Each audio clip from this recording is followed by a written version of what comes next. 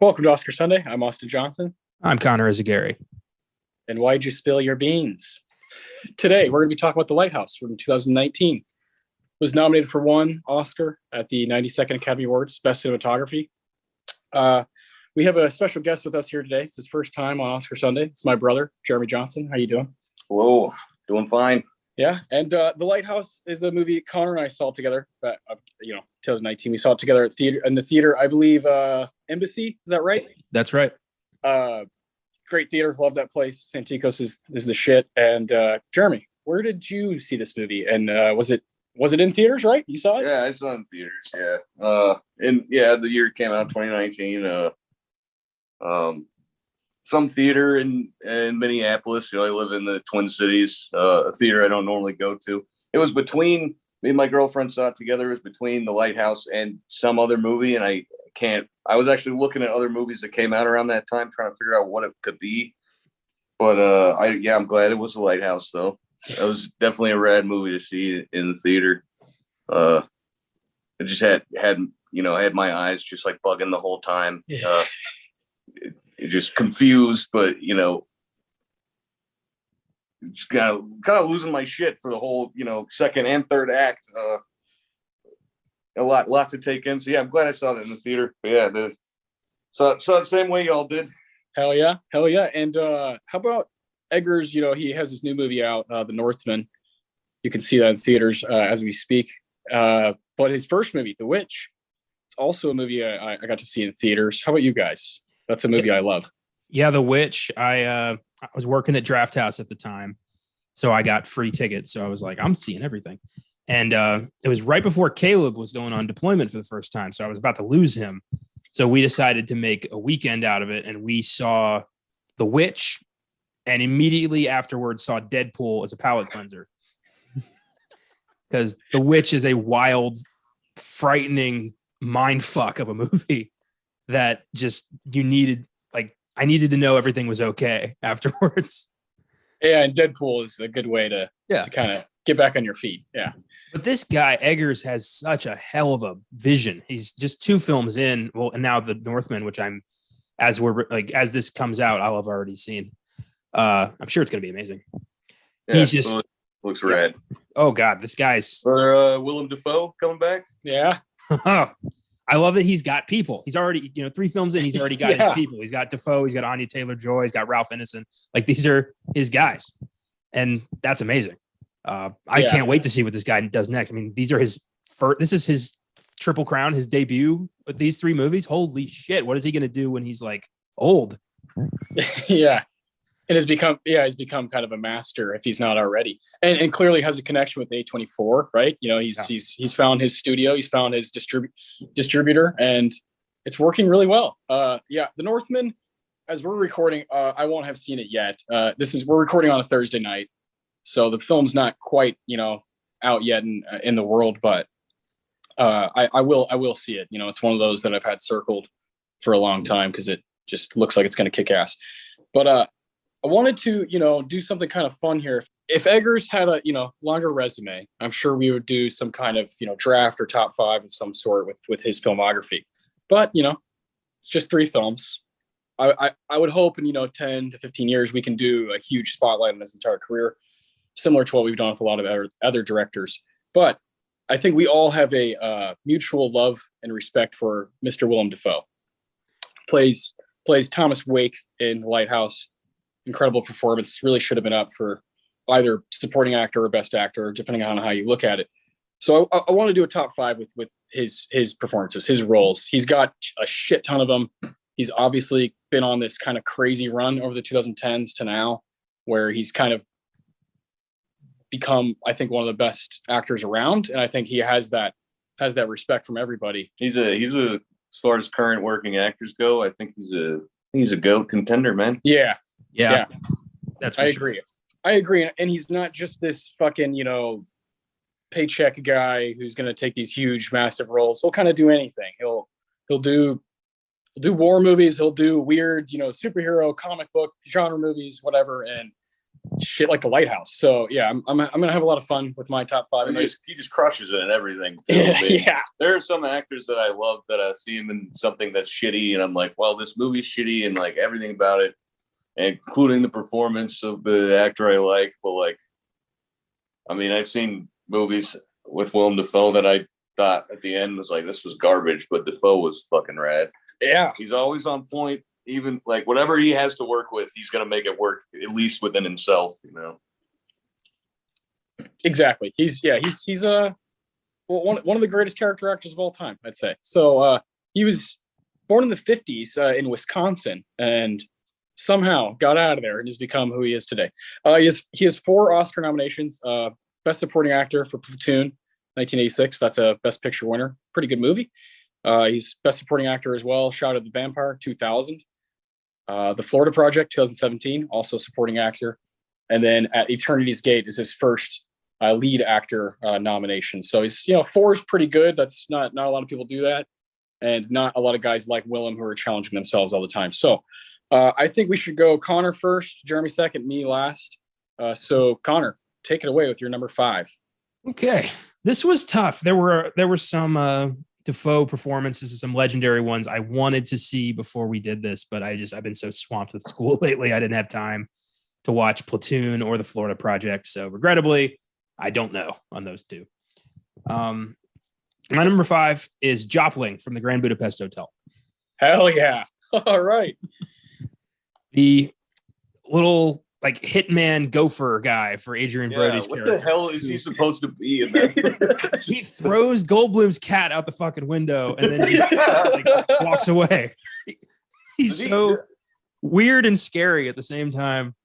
But he just fits. And it's, of course, Defoe would also just like seamlessly mold himself into Wes Anderson's ensemble. Mm-hmm. He's just that kind of guy. And the character of Jopling is so crucial to the plot. He's one of my favorite moments is when Rafe, what's his name? Tony Revolori pushes him off the cliff and Rafe Fiennes is like, fuck, you got him. He's one of my favorite guys in the movie, and a good place to start, I thought. For sure. No, we did that movie. Was that your pick for? No, I'm sure Rafe Fiennes was your pick. I think it was. Yeah, no one's beaten Rafe in that movie. Yeah, no, I mean that's the lights out performance. But yeah, Defoe is great in that. And I think it's good. I don't have any of his Wes Anderson roles on my list, so I think it's cool that one of us does, because he is a big part of his filmography and kind of does anything he says. What else is he in? Life Aquatic. I forgot about that. He's one of the voices of Mr. Fox. He's in the French Dispatch. Yeah, he's in like 4 or 5. Yeah, so he's a mainstay for sure. He's not fucking Owen Wilson, but he's in about half. The one I remember really well is definitely Budapest. Yeah, that's the best pick. Does he like not speak in that movie? It's been a minute.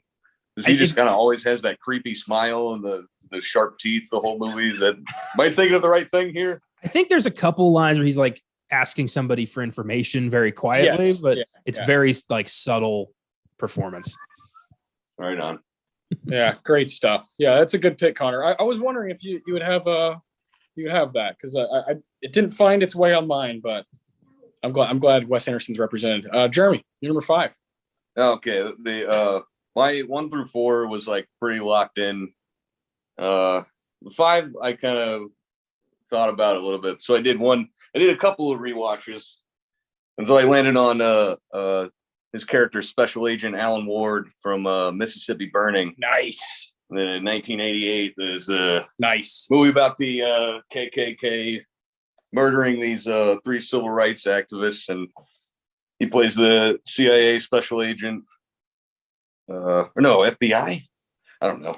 Yeah. The FBI. It is. It is. So he plays the Fed, right? He plays the government guy that goes down to Mississippi. And it's a cool role for him because he's kind of that classic government man who's like full of himself. He's young. He's the lead on the case, and he's fucking up a little like left and right. It's cool to see him in a role like that, but his moral compass like points north the whole time. I mean, I could go on for a while about things I do and do not like about that movie, but yeah, I love seeing Willem Dafoe in that, especially because, you know, a certain other movie from the 2000s being the first time I saw him. So seeing him, this was one I saw early on. Seeing him in this light, younger, just, you know, looking way different, acting way different. You know, he doesn't have the grit in his voice. Yeah, so it's not one of his best performances, I think, but I love watching him in this specific role. So yeah, Mississippi Burning, Alan Ward, number 5. I like that. That's a good pick. Great movie. Oh yeah, Gene Hackman, man. Yeah, that's a good movie. That's one that I've talked about multiple times on Oscar Sunday, where I'm like, I need to get to that movie. I finally did maybe a few months ago, and Jesus, yeah, wild watch. I would love to bring it up on this show at some point. Him and Gene Hackman. That's a dream. Fun to watch. That's a dream. And Frances McDormand. Yeah, you don't see her a lot. That's that's Fran's first nomination. Dourif, Brad Dourif. Brad Dourif, yeah. Stephen Tobolowsky. We love Brad Dourif over here. What's the guy that plays Merle in Walking Dead? Michael Rooker. Rooker, yeah. All right, we'll move on. Good shit. Yeah. Great cast. Watch it one day, everybody. I bought that at a flea market, and I'm saving it because I know at some point it's going to end up as an Oscar Sunday episode. And there's a whole bunch of movies I have that I'm waiting for first reactions on the show. Yeah. I love that. Yeah, I love Connor will send me like pictures of movies he's bought at whatever, you know, half price or flea market, wherever it is. And it's like, just in case. Just in case. That's definitely a flea market buy. Yeah, no doubt. Yeah, good pick. I don't think either of you guys will have this one on your top 5. This is actually an animated movie. He does the voice of Gil in Finding Nemo. Hell yeah. This is my favorite character from the movie. I'm obsessed with Gil. It's definitely, you know, of course, Jeremy just kind of alluded to a film from a recent era, you know, in the 2000s, same as Finding Nemo, that I think will get brought up at some point. But I think when I watched Finding Nemo as a kid, how much can we reference? Yeah. Before saying it, I think Finding Nemo when I saw that in theaters, it was like I fell in love with all these characters and all these different voices, but his was the most kind of daunting, and I could tell it was going to be something that would stick with me for a long time. You know, even as a kid, and I love him. You know, I love that movie. I love how much more of an impact it has on me now that I have my own child, and so it's just kind of like this fucking dark ass thriller. Did you ever say the name of the movie? Finding Nemo. Yeah, I figured. I did. Yeah. I don't know. Gil from Finding Nemo. Okay. Yeah, but Gil is like this. You know, he's this supporting character. He's not really like in it that much, but his scenes, his lines are crucial to Nemo kind of gathering himself and finding his way as his own fish. You know, and so he's big time. I also love, you know, Nigel from that movie. It's a great character. All those. No, that's the pelican. Oh yeah. Yeah. Fish go to swim. Yeah, fish go to swim. But it's gotta eat. It's gotta eat. But Gil, there's something about the scar that he has. You know, he's got this past. I'd love to see a prequel about Gil. He's the fucking man. Finding Gil. Finding Gil 2024. I also love this scene when they all escape and they're in those fucking, you know, the little bags with the water, and they're in the ocean, and Bloat's like, ha ha ha. And Gil says, "We made it." And the Bloat goes, "Now what?" Because they're just in water in the ocean. Well, obviously, Bloat inflates and uses his spines to break the other bags. That's right. That's what I always like. You guys can figure it out. You figure out how to get that fucking tank, so you can figure this out. Took them a while because they're still in the fucking bags and Finding Dory. Right. Yeah. Is there a little thing at the end of the movie where they're just like, or somewhere? I don't remember. I don't remember too much of Finding Dory, but I do remember that. But they're still in those goddamn bags. Well, I think Finding Dory's, it's obviously not as good as Finding Nemo. It's okay, but it does have that great Idris Elba vocal performance where I do not remember that. He's movie. Like a sea lion, and he keeps getting angry at this other sea lion that doesn't talk at all. And he's like, "Get off my rock!" I remember that. That's a good bit. But yeah, Finding Nemo. Love that movie. Love Gil. He has to be here. I knew that was going to be on your list, 100%. So yeah, I'm glad that was a contender for my 5 at one point. All drains lead to the ocean, kid. It's so awesome. Anyways, back to Connor with his number 4. My number 4 goes back to the 80s, to the film Born on the 4th of July. Ooh, where he plays Charlie, Ron Kovic's friend, who is also paralyzed and not handling it well. He kind of represents, the road that Ron Kovic's about to go down, and they just kind of go on a bender. And I think it was Mexico. It's been a minute since I watched Born on the 4th of July, but I remember that. That's right. Yeah. And yeah, he just is so off his fucking rocker, and it's such a great early performance from him. He's upstaging Tom Cruise in like the prime of his career. Yep. And it's just such a solid film, and I love him in it. It's a brief performance, but he really owns it in the bit he's in. Yeah, I think it's a kind of a precursor to a lot that we're going to see with Defoe, what he's capable of, upstaging bigger performers in bigger roles, but you still can't take your eyes away from Defoe. That's a great pick. Of course, will be an episode one day on here. That's an awesome movie. I really like 1989 just as a weird Oscars. That's of course. When that came out. Yeah, I've never seen that. It's a weird Oscars, but it's also got some amazing movies from that particular year. So yeah, that'll show up one day for sure. Maybe if we catch a episode on the 4th of July, we can do that. Jeremy, you're number 4. 1986 Platoon. Yeah, Sergeant Elias. I knew it. I fucking love. I don't want to just keep. I'm just gonna skip that thing that I was gonna say. But no, Sergeant Elias. I mean, it's you got Tom Berenger and you got Willem Dafoe playing these two. Well, Tom Berenger is actually the ranking staff sergeant, and then Elias is the sergeant. And the movie is just them kind of butting heads the whole time with these two kind of ideals of like how to operate in Vietnam. And Elias is, this golden god of a human being. Like, he cares about the new recruits. He wants to do what's best for everyone. War has changed him, of course, but like it hasn't taken his humanity yet. So we just get to see this. We get to see this person who, as though in this horrible circumstance, like everyone else, wondering why he's there. He makes the most of it and spends his time trying to make sure that he can keep all these people with him alive, but then also just retain their humanity.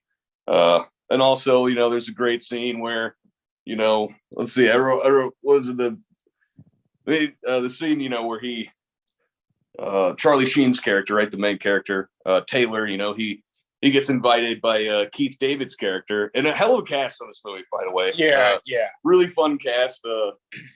But he gets invited by Keith David's character, who really I think is my after Defoe and Berenger is probably my favorite performance in this movie, even though he's got I don't know, 3 or 4 lines maybe. But he gets invited to hang out with the pot smokers, he hangs out with the druggies, There's a scene where Willem Dafoe racks the shotgun and just points it in Taylor's face, and he's like, put your mouth on this. Then he just he takes a hit off the pipe and blows it into the shotgun. And Taylor takes a rip off this shotgun barrel. Oh, it's a brilliant fucking scene. I had to. This one was probably number 1 at one point in my life. Over the years, I've seen this movie. Probably seen this movie somewhere in the 10 to 15 times range. There's things that start to bother you a little bit more about it, but one thing that does not change: Berenger and Defoe on point. I love their back and forth. At one point at the end of the movie, Taylor says, that he was born of 2 fathers. I don't want to give too much of the movie away, but these 2 fathers being what's his name? Barnes and Elias. Barnes is Berenger's character. That he was born of these 2 ideals, this vicious character in Barnes, and then this beacon of hope in Elias. One of my favorites of his. Hell yeah. That's the second Oliver Stone movie that's been mentioned. Born on the 4th of July and Platoon. So clearly, Defoe something there in the late 80s. He has a lot of directors that just like ride with him. Yeah. Oh yeah, because like why not? Why the fuck not? You know, it's like he's just fucking awesome.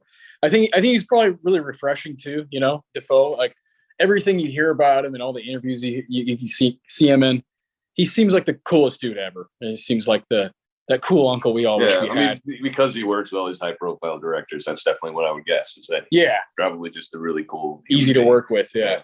So that's a good pick. I figured that would come up. I know that's a movie you've watched a bunch. That's the Best Picture winner. A lot of times. Yeah, it'll be here one day, and I'm excited for Connor to see it. I think he'll dig it quite a bit. I'm with you. I think it does have things that don't age, super well, but it's still a good movie. It's that famous scene where he's, spread eagle, the helicopters and all that. You see after, he's like, shaking her. He's like writhing around, and it's like, what? Like nothing's even hitting you, man. Like, so when you get caught up in things like that, you just kind of, I think. You either just get sucked into the world the movies presenting you and just like love it for what it is, or you constantly are just like, what is this? This doesn't look realistic. Like, but it's not really happening. I don't know. Sergeant Elias, number 4. Awesome. It's a straight up crime that Platoon has eluded me this long. I really need to just sit down and watch it. I know I'm gonna dig it. I haven't hung out with you much or spoken to you much, Connor, but I've just listened to you talk on the show so much. I assumed you would at least like Platoon, if not have it in your 5. It's surprising that you haven't seen that. Not to throw shade. It's up Connor alley. I throw shade at myself. There's like no excuse for I should have seen that by now. It's absolutely You're not forgiving yourself for it. No, of course. There's a handful of movies where I'm like, what the fuck are you doing? You're wasting your time. Why aren't you watching these movies? Yeah. Oh, that's great. Well, guys, I think the time has come. My number 4 is, I think, the only role. Well, I think there might be 2. It's one of the roles we're all going to have. It's fucking Norman Osborn, Green Goblin from Spider-Man. Come on. Godspeed, Spider-Man. Sleep. He's fucking unreal in that movie. Of course, he came back for the recent one that was just came out in December. No Way Home, great stuff. I thought he was amazing in that. But there nothing matches the 2002. It's peak Defoe. This is when he's just at that perfect age. He's like 60 years old, just kind of. Perfect timing, perfect timing for something like this. 60? No, he's like 50. My bad. Yeah. He's born in 55. 80 now. There's no way. Yeah, he's born in 55. So he was 47. Oh, yeah. That's what I guess. I'll take it. Mid-late 40s. I got my years mixed up. Come on. That's the numbers. Yeah. Defoe. He's been around for a long time. That's my first Defoe movie. Yeah, that and Finding Nemo. Those are back-to-back years. And, the guy's just a rock star from there on out. What can you say about Green Goblin other than being probably the best live action? You said it shows up on both of our things. I bet it shows up on both of y'all's. There's no way. Do we just get it all the talk? No. Now, or? No, we'll get to it. I'll be brief because I don't know where it is on y'all's. You know what I mean? Right. So, but yeah, I think he's the best live action villain in a comic book movie probably ever. And for me, no one really gets it the way he does. No one's as committed as he is. And if someone is committed, like a Heath Ledger in The Dark Knight, it's just kind of, it's not as like silly as Norman Osborn. It's not as like understanding of like comic booky. Yeah, it's not as like slapstick and wacky as what Willem Dafoe is doing as Norman. I love his stuff as Norman equally to when he's the Green Goblin. When he's playing Norman and he's like, I'm something of a scientist. Yeah. It's just been memed into oblivion now. Like, I loved your paper on that. You read that, huh, Peter? That stuff is really good. Or the like dinner scene, the Thanksgiving dinner scene is amazing. Traffic was murder. Yeah. Enjoy the fruitcake. What is it? What does he say? Enjoy the fruitcake. As he's leaving. Yeah. Oh, so good. Yeah, he's amazing. And all the stuff where he's kind of dealing with this kind of existential, like, holy shit, am I losing my mind? Do I have multiple personalities? And he's staring into the mirror. Like, that's fucking amazing acting inside of a Sam Raimi Spider-Man movie.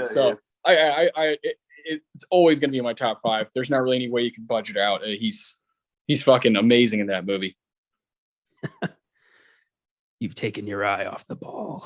All right, I'm done. Yeah, the shit evil Norman tells good Norman that is I mean, equally hilarious as it is just really cool. How could we forget the best line of the whole movie? Back to formula. Oh my God. He's literally. I broke the stomach. You know how much I sacrificed.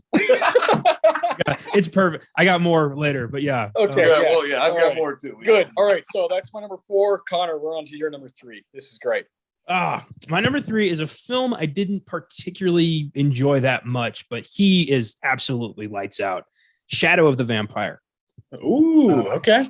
Nice. It's a weird idea. It's the filming of 1922's Nosferatu under the impression that the actor Max Schreck is actually a vampire.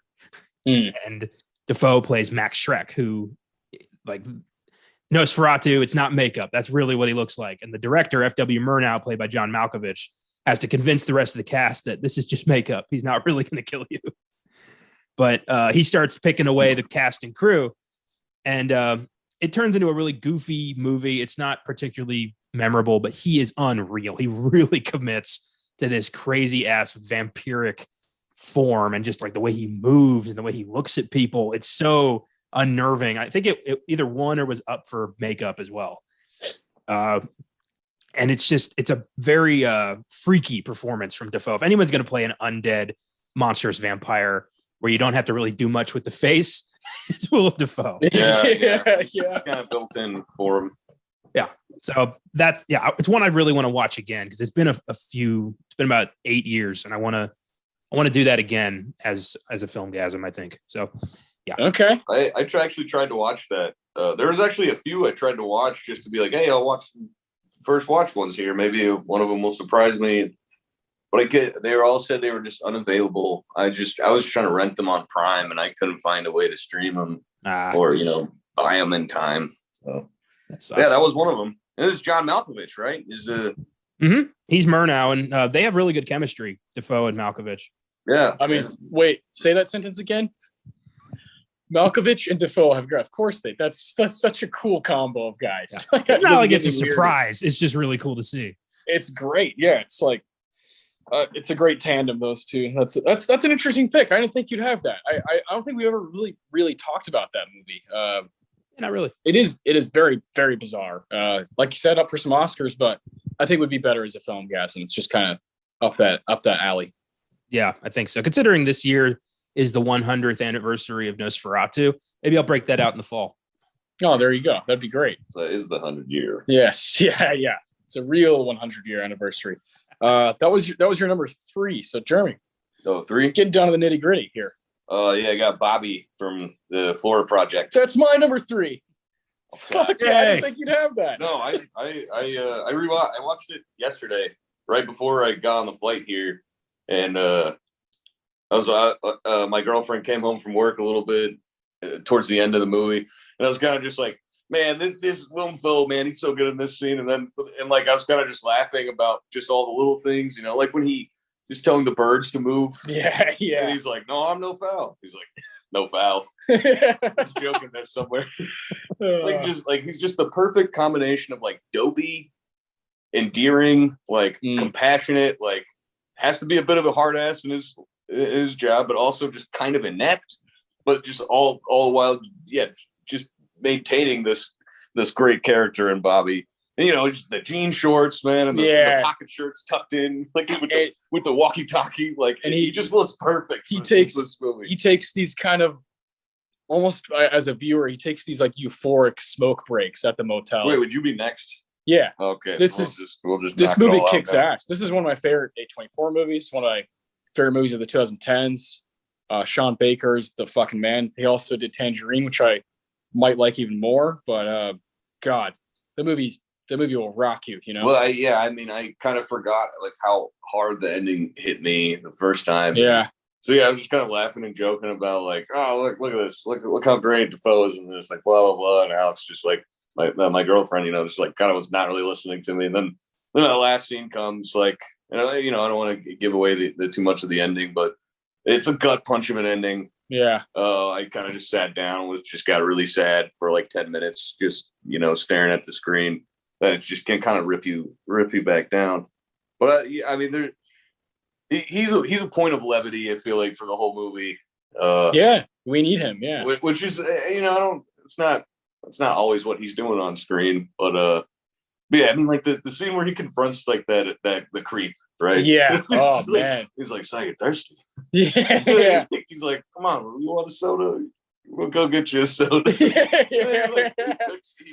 orders a soda. He's like, "What a choice!" Yeah. I just said you were thirsty. Yeah. Just knocks the soda out of his hand. Yeah. No, he's amazing, and he has this. It's Florida Project is. Bobby is the motel manager at a budget motel, and it's really close to Disney World. So it's kind of like the film is trying to capture like the shadows of Disney World, right? And like the outskirts of Disney World, there's these other motels where people go to stay that can't quite afford to stay at the resort or whatever. So it's really a great like slice of life type movie. It's a great look at American life in the Southeast for sure. Just it's got kind of swampy, but it's also got these rainbow. There's shots of like rainbows that are really pretty, and you get kind of each generation. You have the little girl Mooney, you have her mom, you have Willem Dafoe as Bobby. These people are in completely different stages of life inside of 2 hours. It's a very effective movie, and I can't wait to do it one day on Oscar Sunday. It's one I'm just kind of saving because I have so many thoughts. Yeah, that's why I haven't watched it yet, because I know it's coming. Yeah, there you go. Yeah. Well, I didn't know you'd have that, Jeremy. I didn't know. Yeah, I love it. Didn't know you were big into the Florida Project. That's cool. Yeah, I mean, feel like this, and then also Mississippi Burning is just seeing him in something like unique for him, I guess. Yeah, he plays a lot of weirdos and like creepy people and over the top people. This is like, I think it's like, as far as what I've seen, and I haven't seen everything. Actually, when I was trying to go over what all I've seen, looking at his IMDb, I realized there's actually he has a lot of movies that I've never seen. Yeah, Sam. Yeah, 144 credits. Of all the ones I've seen, this is like his most human. Yeah, like someone, just someone that would actually exist. And yeah, I think that's part of why I love that Bobby. Character so much. Yeah, just Bobby. Yeah. Just Bobby runs the motel. I mean, it's like just perfect the way, just the scene when he's like screaming at what's like the main character's name? Not Mooney, but the mom. Yeah, what's the mother's name? Haley. Haley. When Haley is screaming at him and he's like, "Oh, you got to the count of three," because she kind of takes on a father figure role in Haley's life. Like, yeah. And she's screaming at him like, "You're not my father," and she's like, "I'm gonna count to three, and if you don't," like it's just it's the perfect sweet spot of just like bumbling father, like trying to do his best, like, but also like he's probably not going to actually follow through on all of his threats. Yeah, and I think that's the directing and the writing, but I think a lot of it comes straight from Defoe. Yeah, for sure. Sweet. Yeah, I gotta watch this. Hell yeah, you do. You'll love it. So that's our number 3, both of us. That'd be 2. So now Connor. 2 to Connor. Yeah. My number 2 is the film we are talking about tonight, Thomas Wake in The Lighthouse. Right on. Yes. Who better to play a salty old sea dog than Willem Dafoe? It's perfect. He is the fucking lighthouse. It's like he's like latched to that place in body and soul, and you just feel it the entire movie. He's this weird anchor that just is kind of like our nexus point of the movie. Like, Pattinson might be losing his mind, but Defoe is right where he's supposed to be.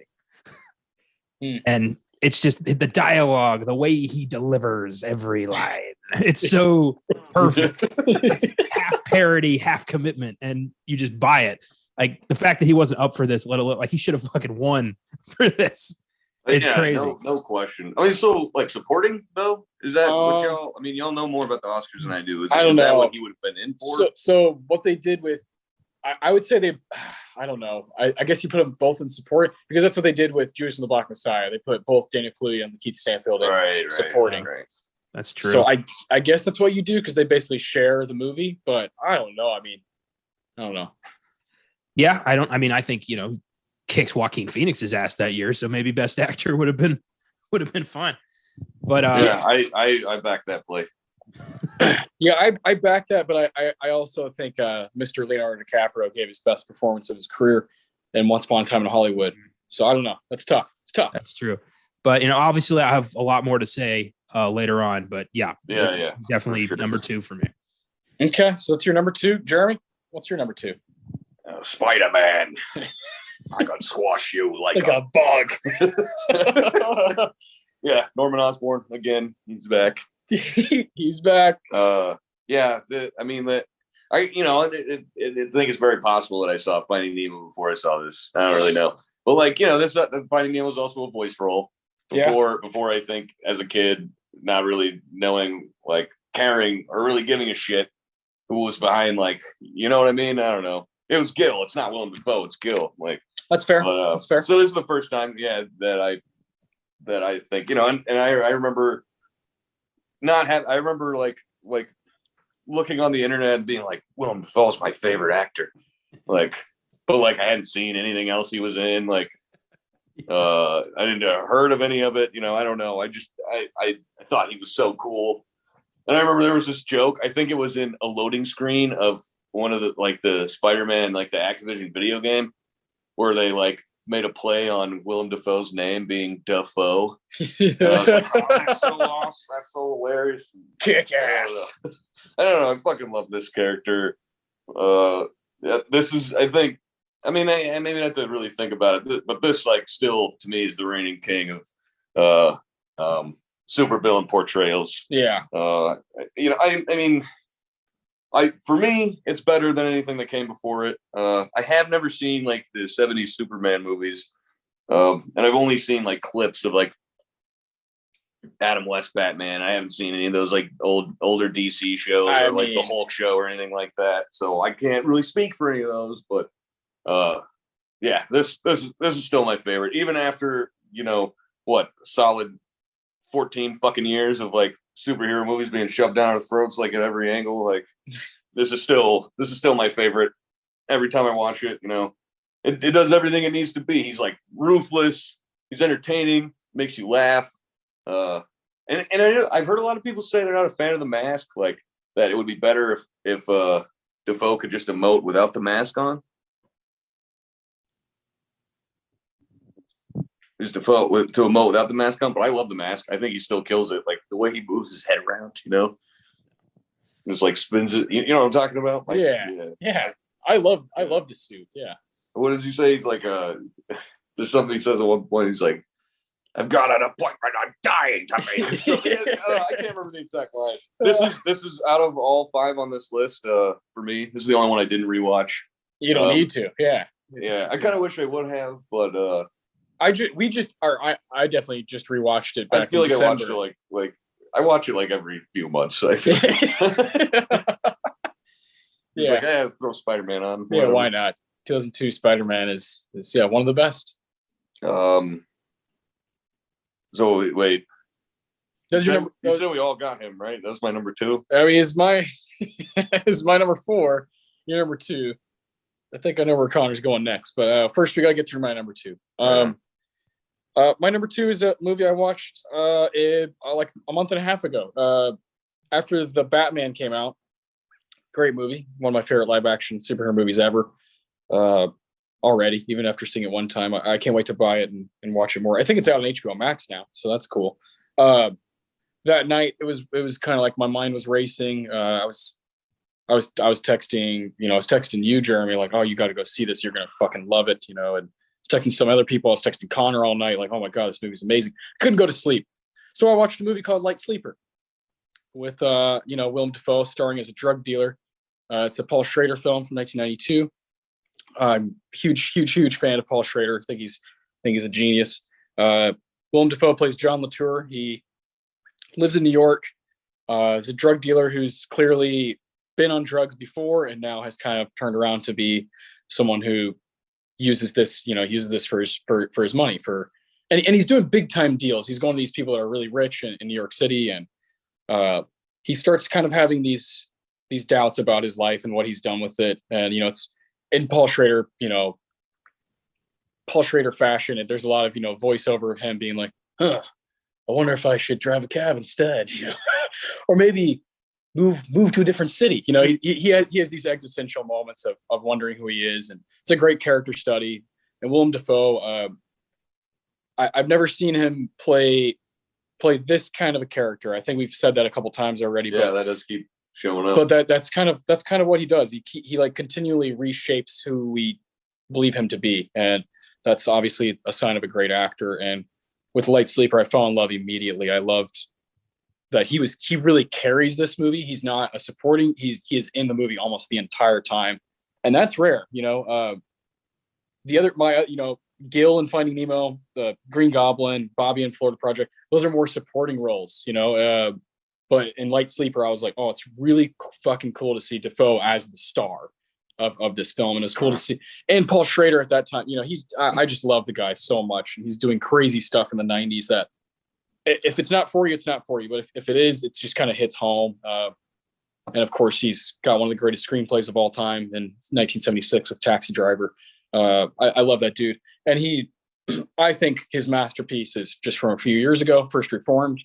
So I've always been a huge fan, and Light Sleeper was one I hadn't seen, so it was good to kind of cross it off.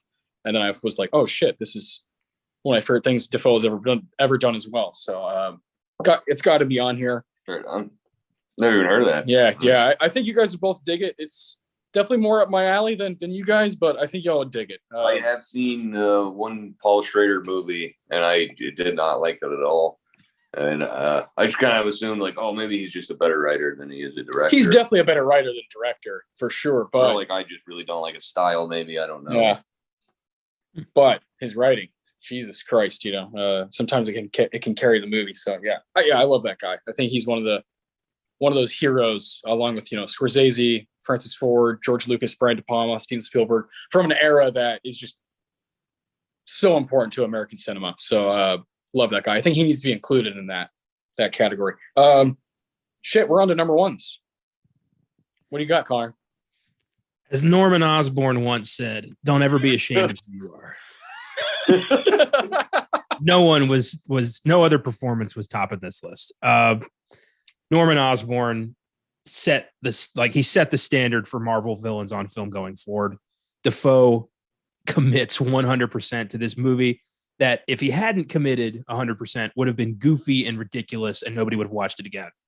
But because he goes full like psycho with this, it works.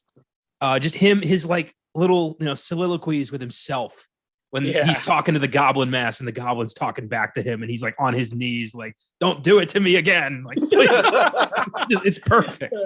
It's so awesome. He's got so many incredible lines. The menace, the music, his theme is so perfect. When his music started playing in No Way Home, I about lost my fucking mind. I was like, oh, he's back. And then it was cool. Then he proceeds to own the movie again, 20 years later, playing the Green Goblin again and destroying another Spider-Man's life. It's what have I done? Yeah, it's amazing. Norman's on sabbatical. Like, just it's amazing. Peter, I was a father to you. I was like a father to you. Be like a son to me. One of my favorite lines is when he's like, MJ and I are gonna have a hell of a time. One of my favorite just little digs is when he's in Harry and Peter's apartment and he offers Peter a job and Peter's like, no, thanks, sir. I like to earn what I get. And right in front of his son, he's like, I respect that. Harry's right over there. Yeah. Norman's he's such a dick to Harry, man. A word to the not so wise about your little girlfriend. Do what you need to do with her, then broom her fast. Like, Jesus Christ, man. He's magic in these movies. Oh man. I mean, yeah, his villain speech after what is he like, he I think if I remember correctly, he like lures Spider-Man in by attacking May, and then no, that's not right. What does he hit him with the gas? When does he go sleep? He goes after Jameson and Daily Bugle. That's right. That's right. Yeah, and then Spider-Man hits Jameson and he goes, "Let mommy and daddy talk." Yeah. Toby. And then he has that speech where he's like, you know what? I can't remember. He's like, people love more than a hero. They want to see him fall. Oh man. Think about it, hero. Like, I don't know what Think of what we could build together. Yeah. Or we could destroy. Or how about when he's in the burning house and he's acting like the old lady? He's like, oh. He's like so gullible. Oh, that's a great scene as well. Oh, she's saying the Lord's Prayer. Yeah. God. Finish it. Yeah. Deliver us. Aunt May's like 90 years old. Yeah, meant to keel over. Oh man. Yeah, May's just kept getting younger, man. Yeah. Oh man. Yeah, great stuff. So his Green Goblin in the new one. You guys know more than I do, but he essentially he has like the Hobgoblin suit on, right? Like it's more of like a. He's like got the Green Goblin suit. What? Yeah, that was just kind of the original. Yeah, the original comics Goblin suit was a green suit with a purple hood. Purple hat. I like that. I thought that was badass. That's what they kind of look. So he gets the purple hoodie at the shelter, right? Mm-hmm. So they just kind of slowly piecemeal the costume together so that he just kind of looked more like the original. Okay, yeah. The original costume. It was for the people who were complaining about like he doesn't need the mask, but now we get to see like 20. That's exactly what I thought. Is that they were just trying to appeal to that part of the audience. 20 years now we later. get both sides. Now we get like a masked goblin and a non-masked goblin, and everybody's happy because Defoe fucking kills it in both ways. Yeah. Good in both. It's Defoe both times. Yeah. Good stuff. Well, Jeremy, you're number one. Lighthouse. Same. Yeah. Yeah. Yeah. Where do you begin? Well, we're done then, right? So yeah, we can just do a transition. Let's just fucking unleash the Lighthouse stuff. Yeah, Thomas Wake is one of my favorite characters from like the past 10 years. That movie, I remember seeing it with you, Connor. We saw it with my buddy Andrew, and that was the thing I took away from that first viewing was what a treat it was to see him work with this screenplay by Eggers and his brother, the brothers wrote that screenplay together, and it was like a match made in heaven for Defoe to get this kind of stuff to say. So I don't think it's ever going to be beat. It's that kind of role. It's like, can't believe it just came out 3 years ago, and like Defoe still has that in him to just fucking unleash. So I love what he's doing. I love what Pattinson's doing as well, but Defoe, Jesus Christ. Yeah, it seems kind of like Pattinson's like. There are a couple of times in this movie where I'm a little bit like his accent kind of like is like, all right, I'm not. It's like an old like archaic accent that's not really like necessarily in that exact format around anymore. And I'm not even an accent expert at all. So what do I know? But there are times I'm like, well, it sounds like you said start one way in this part of the movie and said start this way in another part of the movie. But yeah, talking about that award, just like trying to pick between the two of them, like, they're both on fire, man. Like Pattinson, I think Pattinson's going to end up having a similar career to Defoe, though. Probably more leading shit, just because he's, very handsome and tall, very handsome boy. Yeah. Well, and he's tall. He's tall, and he's taken on it. He's taken on a lot of IP already with Harry Potter, Twilight, now the Batman. Like he's clearly going to put he's collecting them. Yeah, he's going to put his feet in both camps. Young Thanos. 2026. Robert Pattinson, young Thanos. Yeah, Robert Pattinson. That accent thing, the second viewing, I saw that as this is a man who has been lying about who he is. Yes, he was saying that the other day, and that's something that I didn't even think about it. I was so busy just being an asshole. Like, yeah, see, he says it wrong. He's trying to be Winslow, but he's not Winslow. Yeah. You know? And that's a solid point. The mask is slipping the drunker he gets. So it's like, right. Who is this? Who even is this guy? You think you're high and mighty because you're a lighthouse keeper? The fuck is this? I mean, Thomas Wake, I'm glad he showed up in all of our lists. So we all had Thomas Wake and we all had the Green Goblin. Yeah. All right. Well, let's recap real quick. Connor, go through your 5, and then Jeremy, and then I'll go. Okay. Number 5, The Grand Budapest Hotel. Number 4, Born on the 4th of July. Number 3, Shadow of the Vampire. Number 2, The Lighthouse. Number 1, Spider-Man. Nice. Jeremy?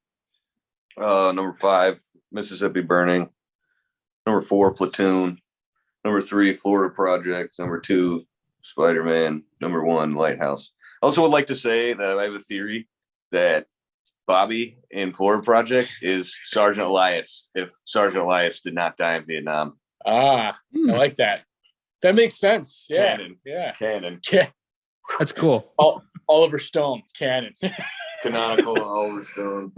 Sean Baker's really just an alias. My number 5 is Finding Nemo. Then Spider-Man, 2002. The Florida Project, 2017. Light Sleeper, 1992, and The Lighthouse, 2019. So before we get into the 92nd Academy Awards, 2019 is one of my favorite movie years ever. Some amazing shit came out that year, and that was obviously the year before, COVID kind of messed with the stuff that happens in the theaters and streaming and whatnot. All that. That's a whole other conversation. But take it or leave it. Fucking 2019 kicked ass. It's the year Parasite won. Once Upon a Time in Hollywood, Marriage Story, Lighthouse. One of my favorites is Waves from that year. I love that movie. It's Jojo Rabbit, Joker, The Irishman. What else? What else came out there? That was a great year. Oh man, it was. Yeah, that was. I think that was our first. We watched that Oscars together. Yeah. Yeah, that was the Avengers Endgame was that year. I really liked Judy. Yeah, Parasite, like Marriage Story. This was an incredible year of cinema. This is what the Oscars is supposed to fucking look like. I agree. Yeah. Oh, good stuff. If it's supposed to look like something, it should be good movies, right? So, so what do you take out if you were to put? Oh, we'll get to that. I know what you're about to say. We'll get to that in just a moment. Yeah, because that's going to be a good conversation. Yeah. Okay. So we'll talk about the one category first, then we'll get to some fucking bigger picture, like what stuff should Lighthouse be up for if it should have been in your eyes. Segment. But what? Yeah. 92nd Academy Awards. Best cinematography. We have The Irishman, Joker, The Lighthouse, Once Upon a Time in Hollywood, and the winner 1917, which is Mr. Roger Deakins. Can't really argue with that. I love the way that movie moves. I love the way it looks. Him and Sam Mendes is a great combo. But I do think if a movie was going to rival it, it's The Lighthouse. It's completely different than anything you see for its era. It's using a 1.19 to 1 aspect ratio, which is almost like the 4:3 old school, like it's a block. And that's really unique, especially in the theater when you're like, what the fuck? There's these huge black pillars on the sides, and it's just kind of forces you to at least think some way. It might not be this amazing artistic, expression, but it does force you to kind of go into a specific place when you watch a movie. And the fact that it's black and white, it's so gorgeous. And Jeremy, you were talking about this last night when we were just chatting about the film, the black and white and how gorgeous the photography is in this movie just bodes so well for Willem Dafoe. He just looks so awesome when his eyes are up in the air and he's got the smoke coming out of his mouth and Hawk, Triton, Hawk. when he just is kind of slightly has his head tilted up, the way the light goes like on his like beard and his cheeks, like, and just makes him look like a hollowed out ghost. Awesome. Yeah, it's fucking looks badass. Like he belongs in any century. Like this could be a glimpse into like an actual lighthouse in like the 1890s. And you show me this guy, and I'm like, yeah, of course, that's It's a very unique look. This movie at times looks like it could be a documentary. That's how much they nailed it. And that's my favorite thing about Eggers is his commitment to time, history, and actually nailing those things and how people talk. I thought The Witch was genius with that stuff. And that's why I think Northman's going to kick so much ass, because it looks like he's taking it to a whole nother place, you know, with the Northman. More intense, more action, more grit, and that's cool. Yeah. Cinematography, though, 1917. I mean, just the way it's, you know, it's filmed to look like one take. Yeah. It's Deakins. Like, it's hard to argue with that. That is a winner for sure. But Lighthouse is definitely second place. It like very close second place on that. Parasite wasn't up for this. Yeah. I've always thought Parasite should have been up for this. I do think Once Upon a Time just looks absolutely wonderful and does that stuff that Tarantino's always done. Kind of like Tarantino and PTA.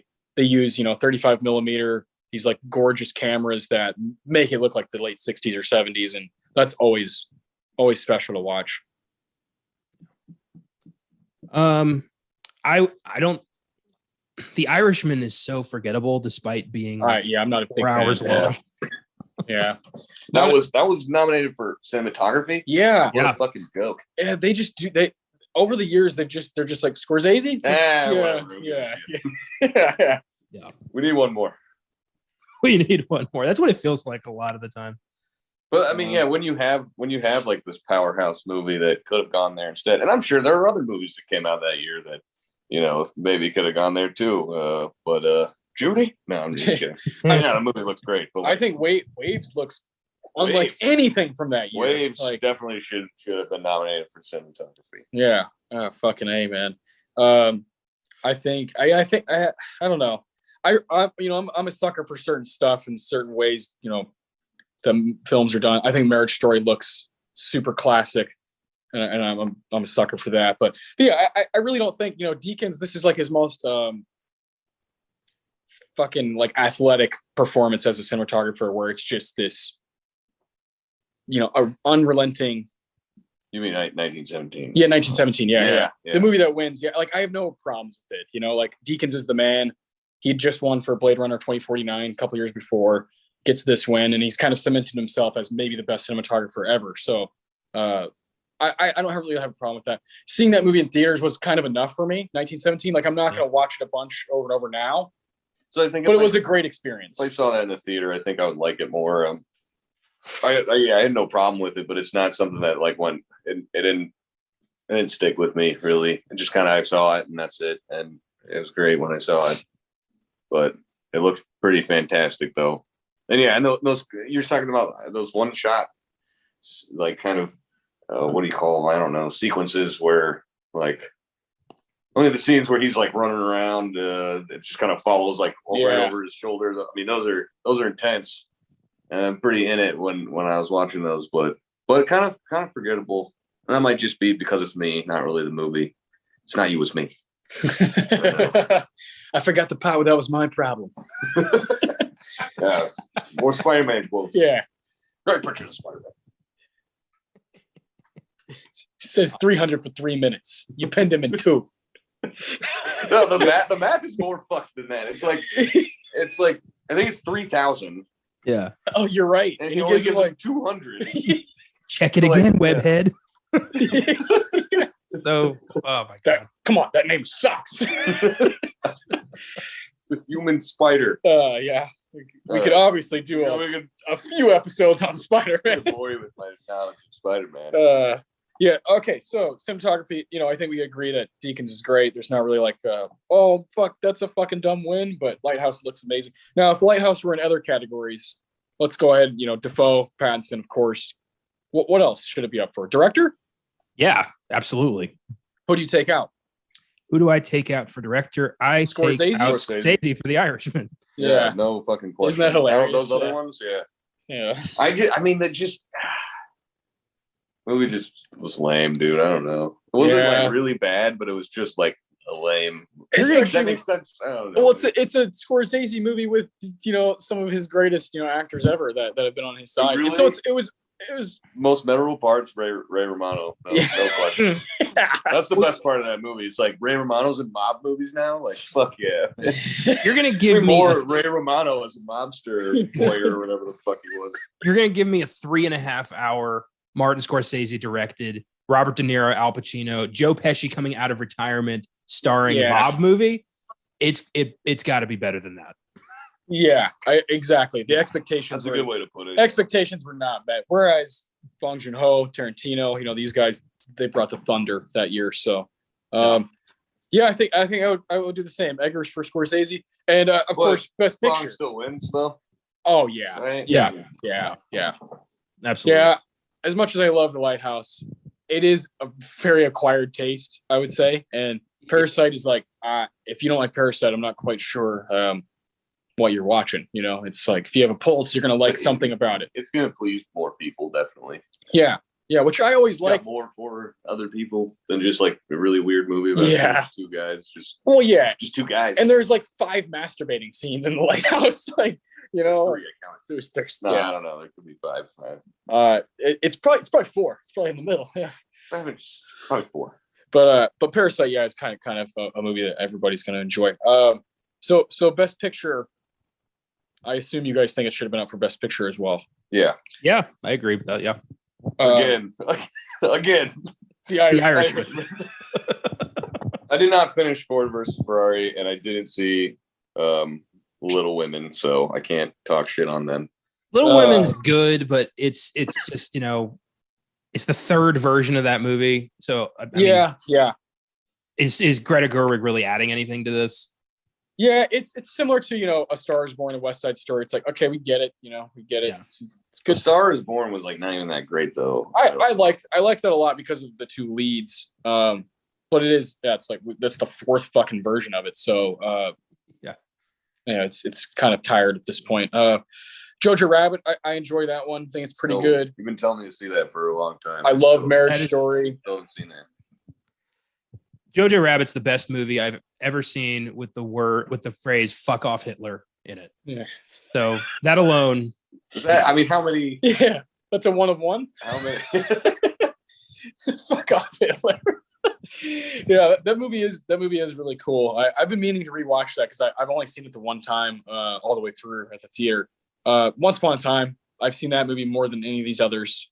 Yeah, and I just fucking have a blast every time. I love that movie. 1917, solid.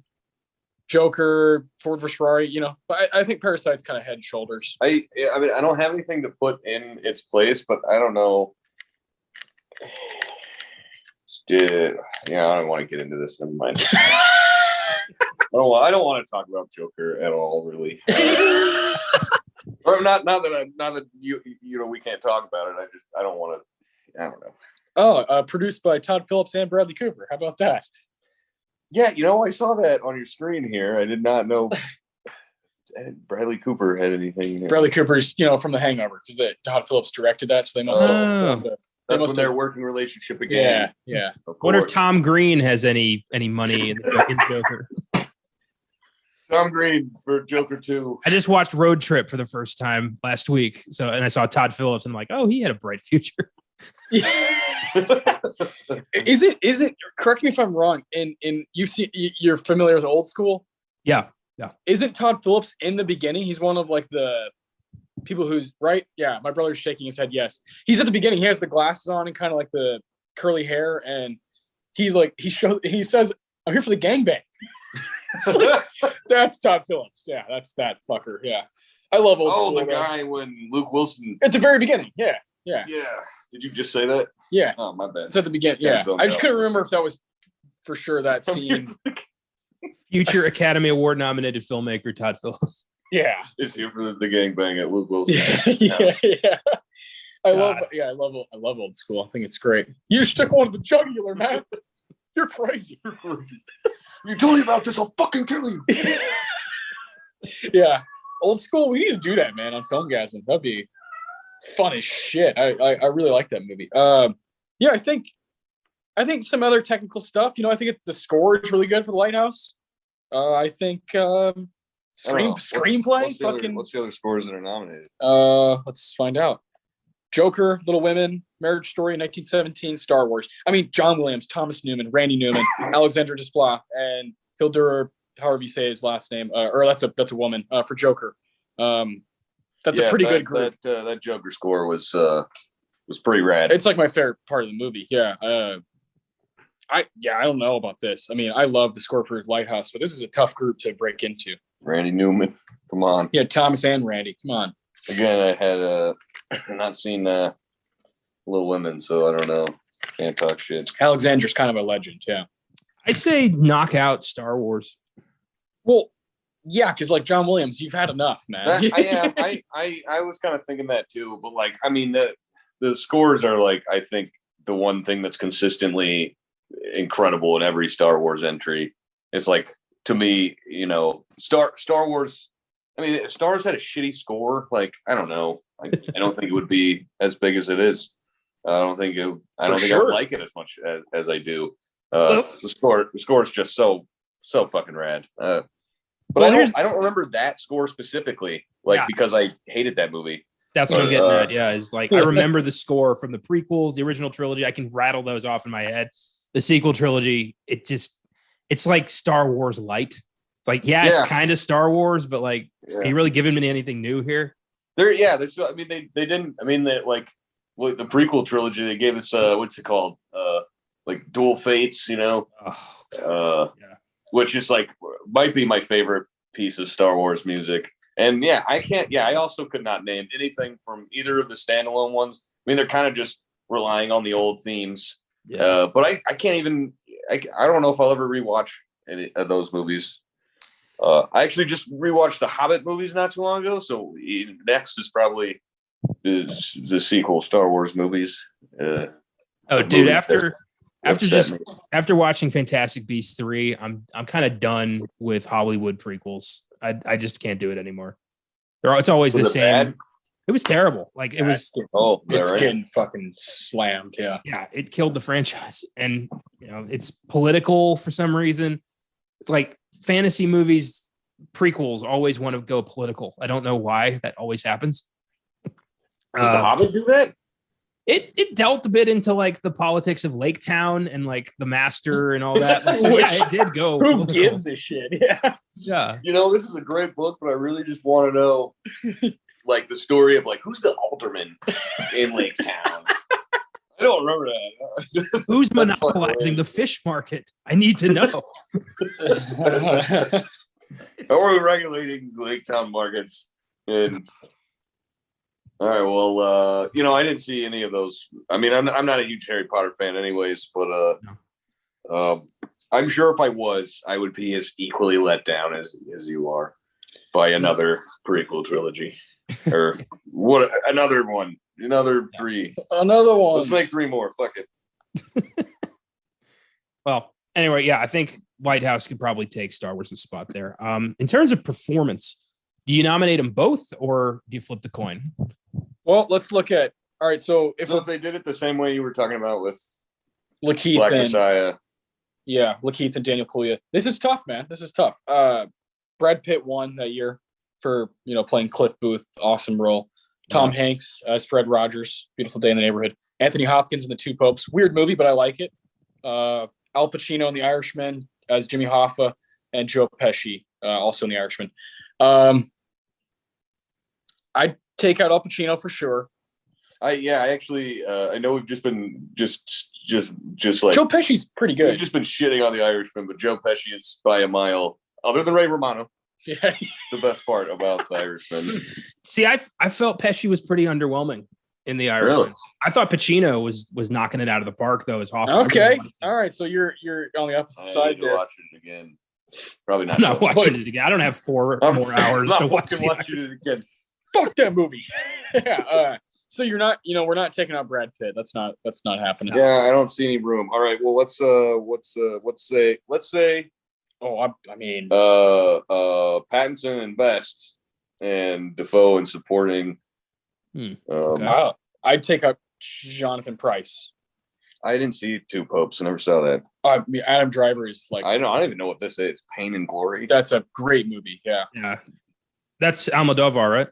Correct. Yeah. Yeah, I didn't see that one either, so I can't say anything for Antonio Banderas. Well, yeah, that's Pedro and Antonio have been working together for like 30 something years, and Nice.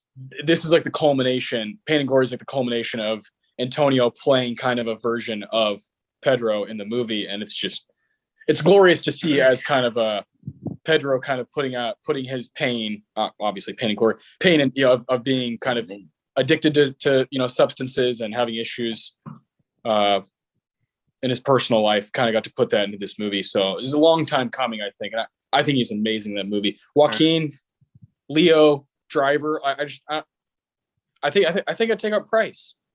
Hot take. I'm taking out Joaquin and I'm giving the win to Leo. Oh, I'm giving the win to Leo for sure. Yeah, I love Leo in that movie. You're just taking Joaquin out. I'm taking him out. Altogether. If it means Pattinson can come to the party, then I'm good with that. Yeah, Robert. I think if Defoe was nominated, he should have beat Pitt. Yeah, if he's nominated, yeah, I agree. Yeah, for this, yeah, probably. I mean, Pitt's great. But he's basically just playing Pitt. That was one of my favorite Brad Pitt performances, though. Me too. Yeah, if not my favorite.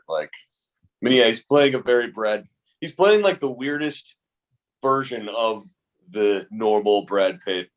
Well, Brad Pitt guy. After watching it so many times, I just see him as Aldo Rain after World War II going to LA becoming a stuntman. Yeah. Yeah, that makes sense. Yeah. It's Brad Pitt in 1969. Yeah, it's great though. It's like he's so entertaining in that movie. Oh, it's awesome. I love that he won. But we knew he was gonna win like months before. He had this in the bag the whole like awards season. It was a good Oscars, but there were very few surprises. True. Yeah. I don't, Parasite really was the only like, whoa, how about that?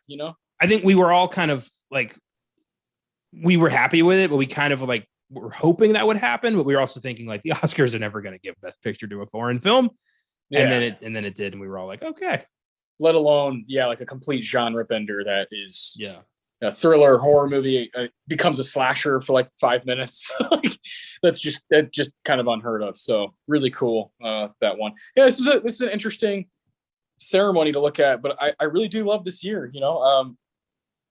I if I got on my Letterboxd and looked at 2019, we would go on forever. So I don't think we should do that.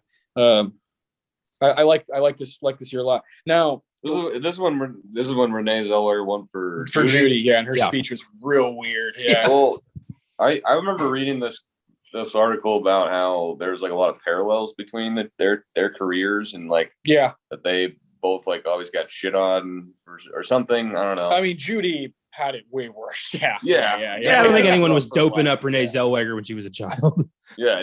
Definitely grew up in a more hostile era for women. Judy, I mean, that movie was kind of whatever, but she was pretty rad in that movie. But that was the first in a series of like biopics that I saw that now I'm kind of sick of them. Just someone doing like a straight up, what do you call it? Portrayal of like a iconic entertainer or something. No, but I still thought she was pretty great in that. She was never going to come up because of there's no women in this movie, so I thought I would bring it up real quick. Yeah, make a note of it. Yeah, make a little note. Yeah. Go.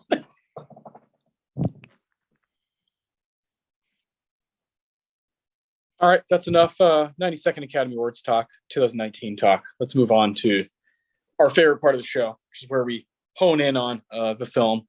Of course, today is The Lighthouse. So we're going to give our awards out to it. We have the Quentin Tarantino Award for Best Quote of the Movie, the Ennio Morricone Award for the Best Music Moment, the Philip Seymour Hoffman Award for the Best Performance of the Movie, Defoe or Pattinson, and then we have the Roger Deakins Award for the Best Scene of the Movie. Pretty cool that we've talked about Deakins' win for 1917, talked about Tarantino, one of his best movies, I think, with Once Upon a Time. We're spreading the love here, talking about our guys. So Connor, let's start with you, Tarantino. Okay, I could not restrain myself. I have 3. I told you when a screenplay is good, Connor can't help himself. He's like, I've got 4. I try to curb it at 3. I don't think I've ever gone past 3. No, you have. You 3 you've only done. I think you've only done it a few times. Yeah, only like when you said it's really good. You like. I think for In Bruges you had 3. Yeah. I correct me if I'm wrong. I think for The Incredibles you had 2 or 3. Because that's just such a wonderful screenplay. Toy Story maybe. Yeah, I don't know. We've got some good movies. Well, here's my 3. Real quick, just I love it because of the delivery and the pain behind it. You're fond of me lobster, ain't you? Fine, have it your way. I like your cooking. Have it your way. And then another one from Thomas Wake. How long have we been on this rock? 5 weeks? 2 days? Where are we? Help me to recollect. so sea captain-y and just like, good question. Like, what's going on here? Yeah. He's plainly telling us that we don't know. It's perfect. And then my third one's from Winslow. It's when he finally snaps. I'm tired of your damn fool yarns and your Captain Ahab horse shit. You sound like a goddamn parody. Yeah, that was almost mine. I fucking love that line. Yeah. Tired of your farts. Your goddamn farts. Yeah. Just that smell. You smell like curdled foreskin. It's just losing his mind. Like, Onions fucked us something. I don't remember what it is. He's shit farm. He smelled like hot onions fucked the farm yard shit house. I almost wrote that down. Yeah, well, beautiful. Imagine being Eggers and writing that down. Like, yeah, we'll put that in a movie. So, might have been it could have been the brother. Could have been Max. Could have been Robert. Yeah. All right, Jeremy Tarantino. It was between that one and it's actually sort of in the, I think what's the second one you said is when he says like, how long has it been or whatever. Help me to recollect. Yeah, in that same exchange is I love like basically the way Wake ends that exchange when he just says, look at ye pretending, but ye well know your lot. You're acting like you don't know, but you know you're fucked. Like, you know deep down. And that's like the first time Wake like reveals that like, he knows. I don't let that fucking what's his name? Winslow's never leaving. Like it's a haunting line. Extremely. Great choice.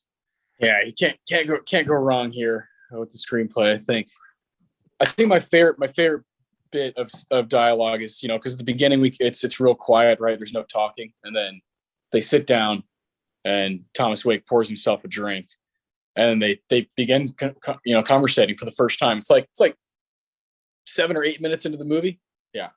And Thomas Wake says doldrums, eviler than the devil. Boredom makes men to villains, and the water goes quick, lad. Vanished. The only medicine is drink.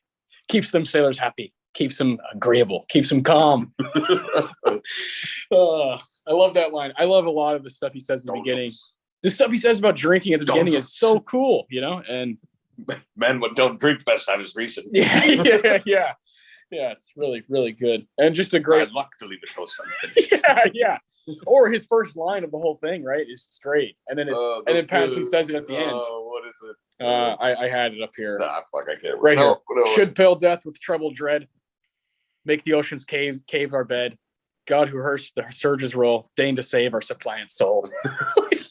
4 weeks. Yeah, to 4 weeks. Yeah, it's a great bit. He's just knocking out of the park. That scene when he waits for him to drink the shitty water. Yeah. Look on his face. He's like so happy to watch Winslow like drink the shit water, and then just like laughs his ass off about it.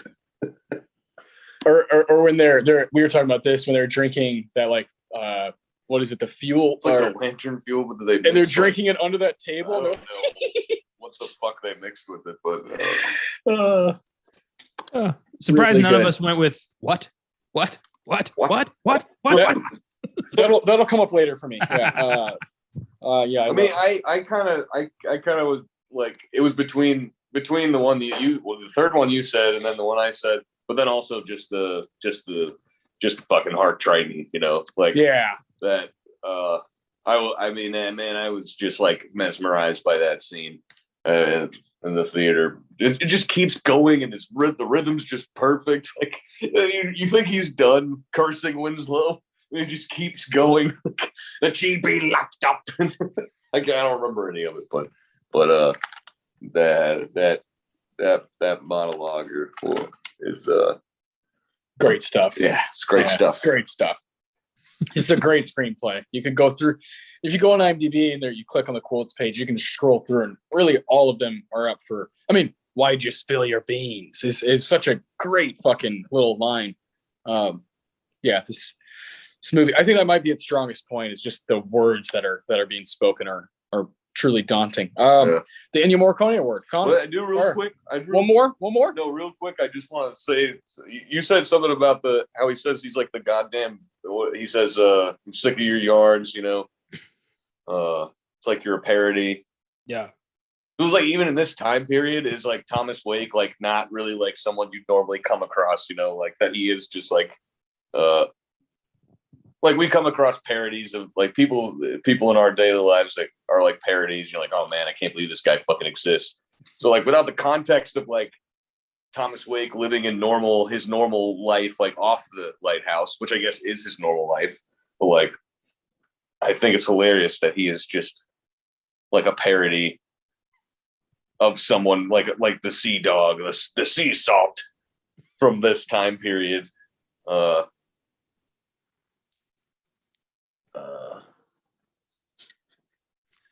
was I going with that? No, it's true. He's even to Winslow, he's weird, and I like that. Yeah, there we go. That was the last thing. Yeah. Even in the context of this time period, to someone who's more like just a normal man guy or whatever the fuck, that he's just a weirdo. Like he's not. I don't know. Yeah, I guess that's it. Good shit. All from the Tarantino. Sometimes that's the longest part of our show, is me and Connor just going back and forth about quotes and what they mean. And right. I like that. I like that insight. That's good. I've never really thought about that character like that. That even to Winslow, he's a fucking animal. He's so good. He just pushed Winslow to his breaking point. Yeah. Yeah. I'm sick of your shit, man. Just fucked him up. Yeah. That's great. The Ennio Morricone Award. Colin, we'll let you start with this one again. Okay. Good score, but there's other choices here. Yeah, I have a song. It's the closing credits. The sea shanty Yalla Girls by A.L. Lloyd. Damn it, that's what I chose. It's awesome, and it's very much like a what the fuck was that kind of song, where it's like you're kind of just glued to the screen because you're like, am I allowed to look away? Like what just happened? And I have that song, like, you know, it's on my iPod, which I still have. And I love it. It's a great kind of, you know, knee slapper of a song. I don't know what it is, but shanties are fucking contagious. Yaller girls. Yeah. It's a great cap off to this thing. I feel like that's what Thomas Wake would refer to it as. It's a knee slapper of a shanty. Yeah. I got a jaunty tune for you. Faster. So good. Well, that's my pick as well. So Jeremy, what's your Morricone? So I didn't think about all the different shanties that they sing, but there wasn't like the score was perfect for what the film was, but there wasn't like a lot for me to latch on to. But one thing I did do this time, and this is maybe like, I don't know, third, fourth, fifth time I've seen this movie, but I think it was the second like very focused really focused watch after the theater watch. But I counted the foghorn blasts, and they always come in twos. And that's like the main foghorn blast. I mean, y'all know what I'm talking about. Yeah. Oh yeah, 100%. Yeah, they always come in pairs. Like even after transitions. But then they also interlace other horns in at certain times.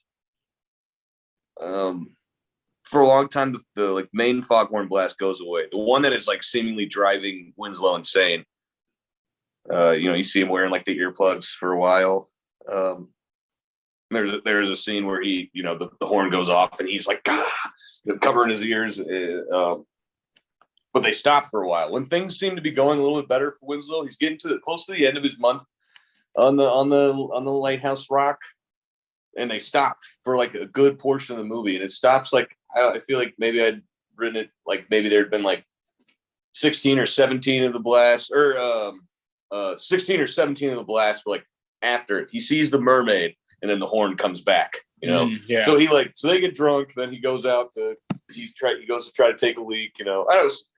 Long story short, it's like I don't know if this counts, but just the other horns interlaced with the foghorn, and that I think the foghorn just as a piece of the score, even though it is existing in that world. Oh, it's a sound. It's a sound. So it's I guess I'm just giving it to the foghorn. That's fucking awesome. That's insightful as shit. I like that a lot. Yeah, he had told me about that when we were talking about just how interesting the Lighthouse is and how fucking intentional it is. I never really noticed that. There's things that I've kind of figured out, not what it's about, but there's definitely these things happening that are very intentional, that are kind of paying homage to Greek mythology. And there's certain paintings that are basically redone on within the film.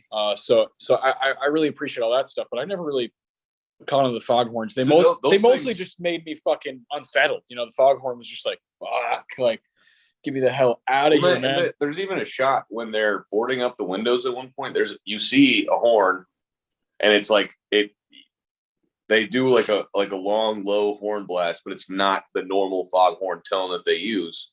And it like that, I thought that scene was really interesting, and like what was the point of that? Like I think there's a bunch of things in this movie, for me at least, because I didn't pick up on any of that mythology shit. Like other than him like referencing like Neptune, the obvious stuff, but I didn't notice any of the other things. And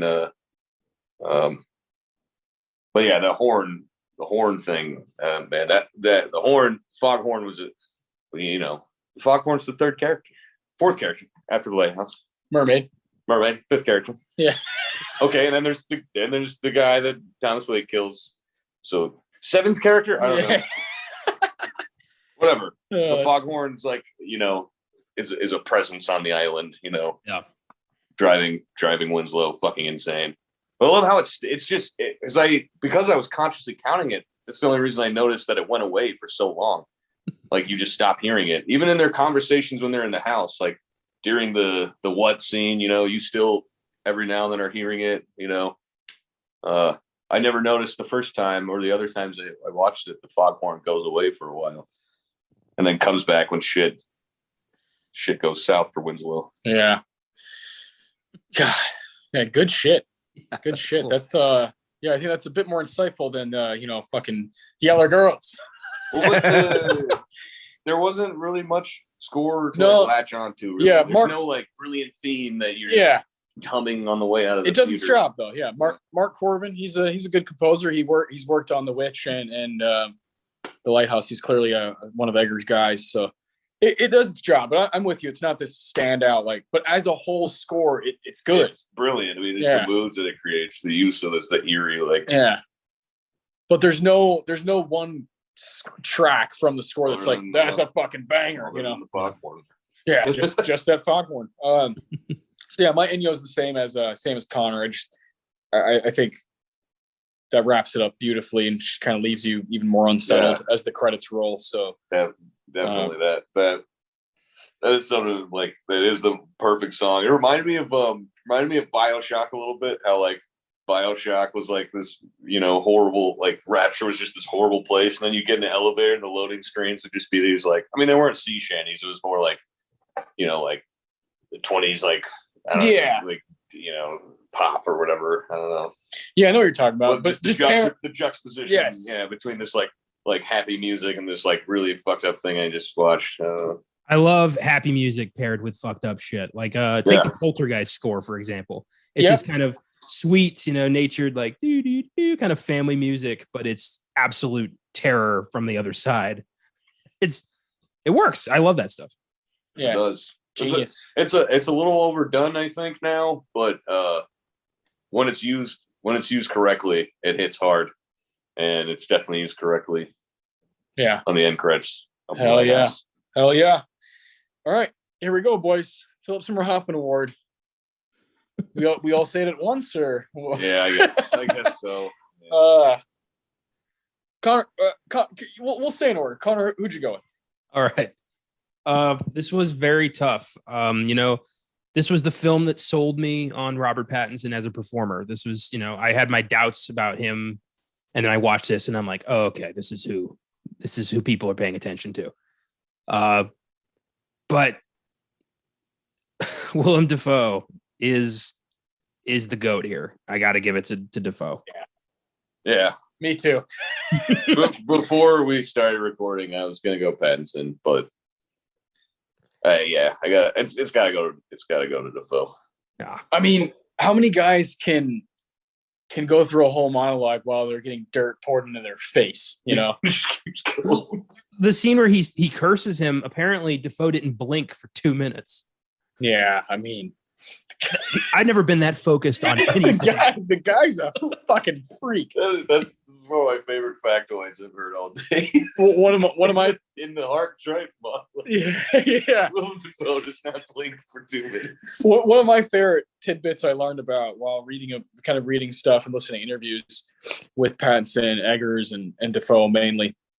Pattinson talks about working with Defoe, and he recognizes that Defoe is, like he's said multiple times, like, that guy's just crushing me. He's totally destroying me. He's like, I'm trying to hold my own. And he does a great job. He's amazing. He holds his own. No, quite. He's never. I don't think he's ever really like what's outmatched or shown.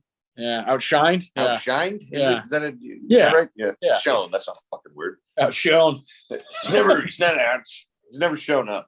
Yeah. He's never showed up. He's never. I don't know. Whatever. Y'all know what I mean. But Pattinson himself is just kind of like he's just like, look, this guy's like got 30 years on me and is just a total fucking master at his craft. Yeah. And one thing they would do, they had these warm-ups that they would do before doing scenes and stuff, him and Defoe, and he said they were mostly Defoe's ideas. And he's like, there's certain things that Defoe would like to do, like as far as just screaming in each other's faces or getting kind of the aggression going. And he said there's one thing they did before a few scenes where they would just try to rip each other's pants off. So they're like wrestling, and you can just totally tell, like, Defoe's like, trust me, it's gonna work. It'll get what we need for this next scene. Robert, what do you think about me and you fighting and trying to take each other's pants off? And Pattinson said it usually ended up with them just kind of grappling, like neither one of them would succeed because they're both just giving it all their might. And then they would go into the scene, they both just be fucking like amped up to 100, ready to scream. And that's so amazing. What goes into this stuff, is like why I fall in love with it. Yeah. That true work that goes into kind of what we praise, and the end result is like, it matters equally. So same as someone practicing, playing a instrument or playing a sport over and over and then performing in front of people is like, well, yeah, that stuff has to be there. And imagining Defoe and Pattinson kind of just fucking around to get things kind of going, it's like, I'll watch that. I want a documentary about that. It's like a pretty dark movie, but the thing they did to warm up was like very whimsical and fun. Yes. They were like, I locked myself in a dark room for 7 hours. Yeah. Like, just thought about fucking dying and going mad. It's like Willem Dafoe's just like, want to tear each other's pants off. Yeah. Let's see who can get whose britches off first. Yeah. I would have loved if, just to throw him off, Pattinson started throwing Goblin quotes at him. Yeah. Yeah. Wake, you take your eye off the ball. Twilight. Yeah. Yeah. Cedric Diggory. He just starts calling him Edward Cullen. Kill the spare. Oh my God. Yeah, just great. Yeah, Defoe is, I mean, it's one of the best performances I think we've ever talked about on this fucking show. Like, it's textbook acting. This is a guy who's been on stage, he's been on TV, movies, he's done everything that you can do, and he's always crushing it. And this is my favorite role he's ever done, obviously, from listening to our top fives. And I kind of always knew it was him. I just wanted to keep Pattinson kind of in the back pocket just in case. But now, I mean, the scene I keep thinking of is like when he's like clapping. Yeah.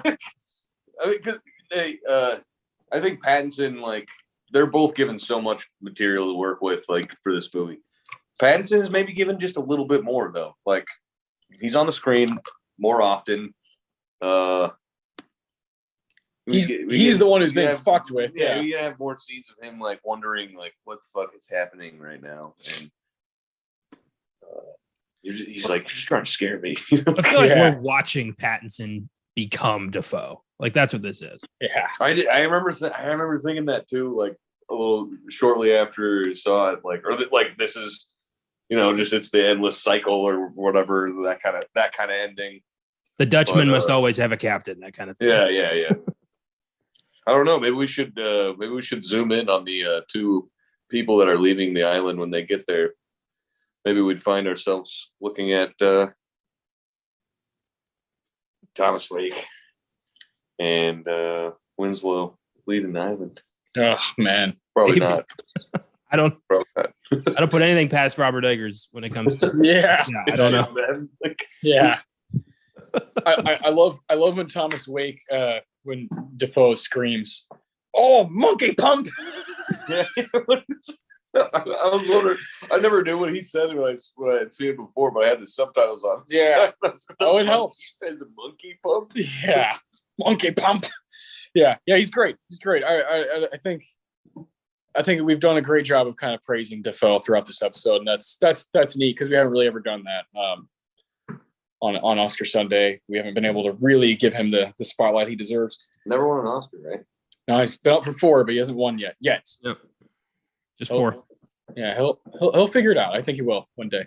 Deakins, the Roger Deakins Award, best scene of the movie. Connor, which scene is the best? It's easily for me the sea curse. Just Defoe like jumping up, straightening himself up, and just screaming, "Hawk!" as lightning crashes. You're like, oh shit, what's about to happen? And then he just does this insanely long monologue without blinking. And then Pattinson's just like, all right, I take it back. I like your cooking.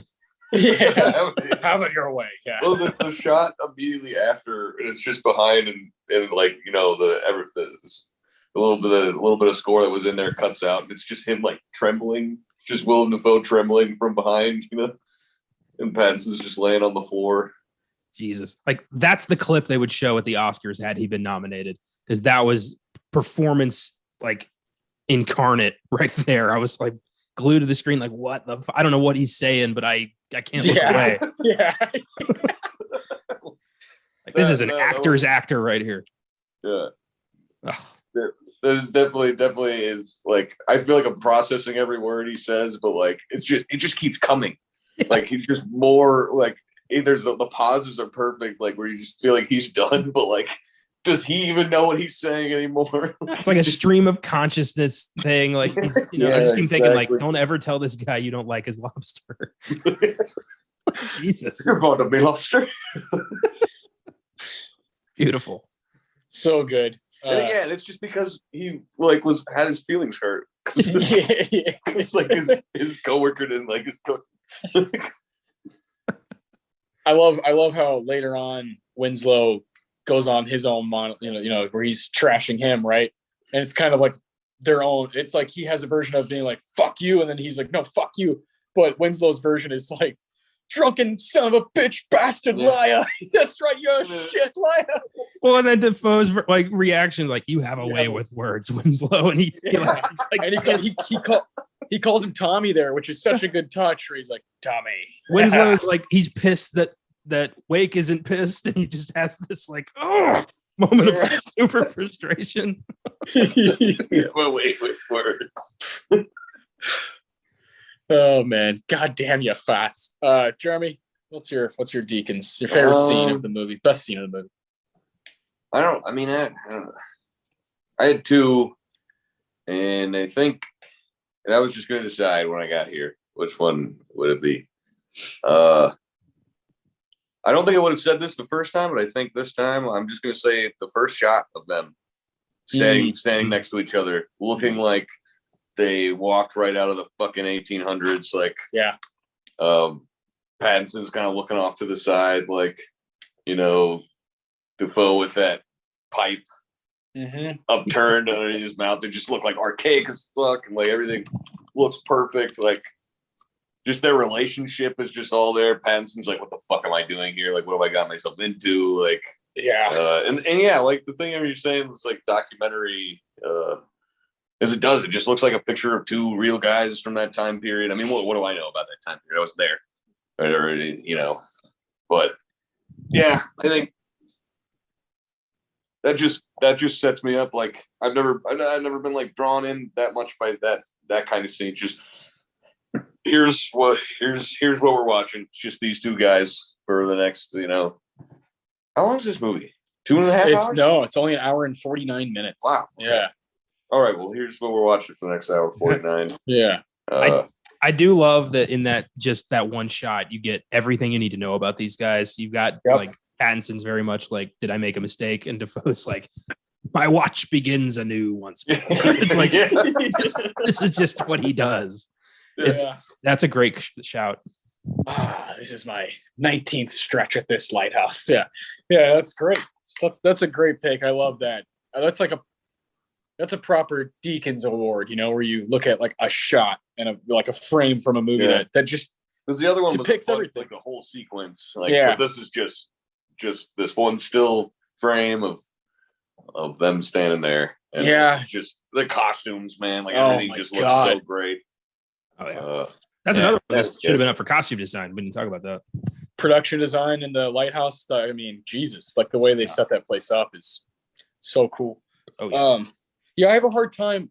I always, because we pick Deakins because he's a guy that obviously influences us a lot, inspires us a lot as movie fans, and is a huge reason why we love the Coens so much. Some of our favorite filmmakers, me and Connor. And sometimes I'm like, oh man, the Deakins probably should represent a frame or a shot or a short glimpse of the movie. But I never fucking do that. I always pick a sequence. I always pick something that sometimes lasts for 10 minutes, and for this, I did the same shit. My Deakins is the steak scene, the what scene where they're both losing their minds. And I love watching these two guys get hammered together. I mean, there's nothing better. Look, my question that I thought of while I was at work today, I was like, I wonder if Connor and Jeremy had to remake this movie, but without Pattinson and Defoe, who would you put in their place? Because I can't imagine two guys like making this work as well as it does. I mean, and it has to work. Or as best as it can. I mean, just make it like where it would be a really shitty movie that would be famous for being bad. Maybe, but no, I think you want it to still be like up to a certain standard. Like David Hasselhoff and Rob Lowe in the early 90s. I've got it. Hasselhoff is Wake, of course. Hasselhoff now or Hasselhoff 1988? Yeah. There a difference? I don't think so. Point. No, I want current Hasselhoff and early 90s Lowe. God. That'd be a disaster. Oh man, I watched the fuck out of that movie. Directed by Joel Schumacher. Oh my God. Ouch. I just had a sharp pain in my foot. That was weird. You're like, I'm done. A podcast. No, in all seriousness, I probably would need to think about this for a while. I think I've got it. I would work on existing chemistry, and I would have Brendan Gleeson and Colin Farrell. Oh, Christ. No, that's a cool idea. Yeah. I think Gleeson as Wake would be really cool to see. And I think Farrell, while, considerably older than Pattinson, I think could still have that kind of youthly, vigor thing that Pattinson's got going for him. I like Christian Bale in the role of Willem Dafoe. And Christian Bale. Yeah. Really? Yeah. Yeah, because Bale, we don't get to see him a lot. Like the way he looks in real life is like he has this beard and longer hair. And he doesn't get to use his accent enough, and I think it'd be cool if he could kind of play with it. What about, what if the challenge is you have to pick two people who have acted in something? So like together? Saying, yeah. Oh, I like that. What about J.K. Simmons and Miles Teller? Oh my God. So holy shit. Or here's a weird one from 2019 as well. Waves, Sterling K. Brown and Kelvin Harrison. Oh, I like that. I mean, I think Chris Farley, David Spade. My brother Adam is not far from us, and he threw out probably the best idea so far. Farley is Winslow. Yeah. Farley's like, I don't know whether or not it has been 2 weeks. Spade, And David Spade's like, you what's big wrong, dumb man. Winslow? Yeah. What's wrong, Winslow? You can't remember how long you've been here? Yeah. Maybe the Brian was getting too close to the car. Oh, he's just a little guy. Oh, that's great. Shut up! Yeah, we don't take shit from nobody. We don't take no prisoners. Yeah, no, it's gotta be your boy. No, it's actually bad luck to kill a seagull. Boom, baby. Oh, that's great. I mean, yeah, there's a lot of fun. You know, Adam Sandler, Ben Stiller. You can take the Happy Gilmore. I think John Goodman could definitely play Wake. Oh, like serious, shit. like straight up seriousness. John Goodman could play Wake. Younger Turturro as Winslow. Oh, right. So Barton Fink. Yeah. Not old Goodman, so like not John Goodman of that movie. Yeah, Period. Goodman now. Turturro, 1991. Yeah. I did not watch my buddies die face down in the muck, so you could not enjoy my lobster. I'm gonna drink my coffee. I'm standing right here. What about John? What about John Goodman and Bridges? And then like also Donnie's there. Yeah, Donnie's the mermaid. Yeah. Donnie's also there. Wake is constantly just like, you're on here. It's just Big Lebowski now. Yeah. Big Lebowski, black and white, 1890s. Yeah. No, Bale, and I had someone else in my head earlier. Steve Buscemi can play Wake too, man. Oh yeah, Steve can do anything. Yeah. I had a British actor, a younger one in my mind. No, I didn't. I had Timothée Chalamet as the young one, and Christian Bale as the older one. As I mean, he could do it, but it'd be more of it'd be different. He'd go at it differently. Yeah, definitely. Well, all these people would. I'm not expecting Steve Buscemi to do the voice, you know. Yeah, I'm just picturing Steve Buscemi's voice. Yeah. Why'd you spill your beans? You know, yeah,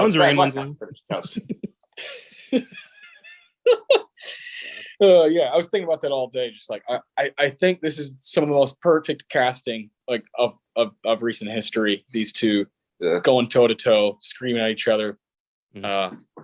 It would be a pleasure to see them again on screen together. You know, I got a good one. Stellan and Bill Skarsgård. Oh, that would be sick. Is Bill Wake? Bill's Winslow. No. Oh, but I know Bill's the young one. Stellan's the old one. Yeah.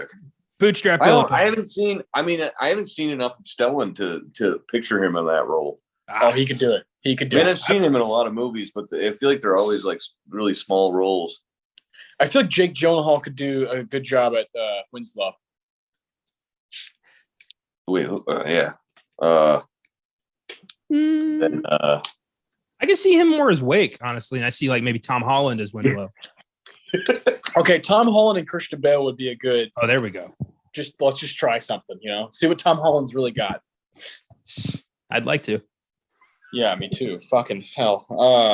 Yeah, it's great. It's great exercise. I think Lighthouse recasting. It's the easiest movie to recast. Wait, it's just two people. You can do it 100 times. Yeah, we've recasted stuff. Connor and I. You have to pick like fucking 16, people. Yeah. This is just. But it's so hard to replace Mermaid. Either of them. Anya Taylor-Joy as a mermaid. What if it was two women? Recast. Frances McDormand. Frances McDormand. Yeah. I mean, of course she could do it. As Wake. Yeah. Yeah. What? Tina Fey and Amy Poehler. Oh my god. That's coming from the same guy who said Chris Farley and David Spade. So we know where his mind's at. That's good.